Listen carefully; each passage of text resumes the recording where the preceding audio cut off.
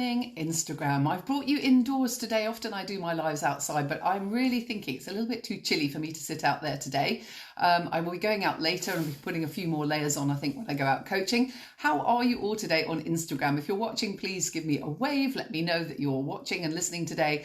I'm talking about attention to detail and how this can help us in performance and how this can really help us to focus. So attention to detail, there is that old saying, isn't there? The devil is in the detail. I don't know whether I like that very much, really, that one, because it doesn't sound very positive, does it really? Being the devil in the detail. I prefer another little quote that I put out on here today. You might have seen it on my page. I'm going to read that one to you now.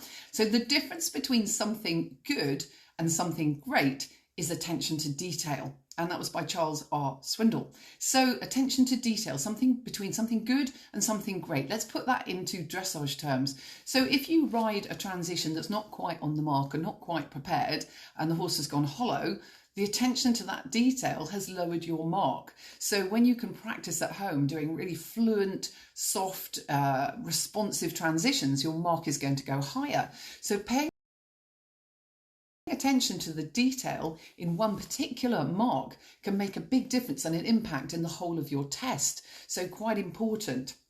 I don't know, and it's really important also to know what should I be concentrating on, what should I be paying attention to. And in a dressage test, you can think about this quite a lot to pay attention to, and you can possibly hold every single detail in your head. But if you aimed for one specific thing in a test to get better, and then the next time go out and get another thing better, you'd actually overall be making really good progress over the course of time. So what might you think about? In a dressage test, you might think, obviously at home, you're training, you'd be more specific about what you're trying to get better, what details do you need to get better? And when you go into the test, I like to hold just sort of three things in my head. And maybe that's because at my age, after three things, they all drop off. I don't know. But if you're riding in a dressage test, you might think to yourself, rhythm, relaxation, response. And if you just sort of said that to yourself, so you're coming down the centre line, am I in a good rhythm? Am I relaxed? What's the horse's response like? And you sort of chanted that all the way around your test, you'd probably be doing quite nicely, because with a good rhythm, you're going to be hitting a minimum of sort of 6, as long as you don't do anything wrong in between.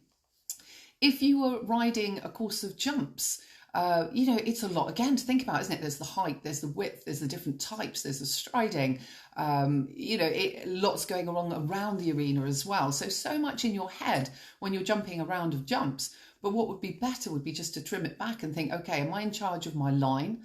Am I in charge of my speed? Am I in control of my position? And so again, with those three things, you might get a little bit better, more focused attention on detail. Now, that's also a very similar way of using video, because if you video yourself and you look back, and we're just programmed, aren't we, to go, oh, how dreadful I look. I mean, it's like these lives. If I look back on them, I try not to. I think, oh, Andre, why did you say that? Or what did you do that for? So it's really important that you sort of are specific about what you want to look at in the video. What is it exactly that you wanted to improve on? What can you work on? And the good thing about video, it can show you exactly where you could improve, and even with slow motion, even better, what exactly is happening. But really, it's the feel of doing things that would need to help to get better. So the video is great tool to use, but you also need to be able to think and feel what things were like. So it's only by, again, paying attention to that you're going to improve. So our routine impacts our performance. So if we have really good routines, that might include our health as well, isn't it? Our sleep and our hydration, how we look after ourselves. So that can also impact our performance. So our routine becomes our habit and then becomes something that we do as automated. So that's one more thing we don't have to take care of. So the attention to the detail, again, being really important. Keeping photographs, and I think when you keep photographs, sometimes you're very quick, aren't you, to throw away the bad ones, like, oh, that's an awful photograph. But I have kept one of myself with Tango. It was the early years when I first started to compete him, and I hate to say that he's behind vertical, he's very tense, and so am I, and my shoulders are up. And it's a picture I keep. I don't show it publicly, but I do put it alongside one of us a lot later on in our training when he's a lot softer in the neck, when I'm more relaxed, and it's a much happier picture. So it's the only time I look at that picture to know actually how far we actually came and how much we improved.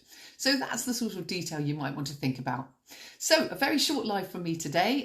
It's getting quite exciting. It's nearly coming to Christmas, nearly coming to the end of the year. I have done all my final clinics now for this year, which I'm quite sad about in one way, but I am really excited that I have got a host of clinics already prepared. That downtime I had on Tuesday with the bad weather made me very proactive, and I have organised the whole of 2022.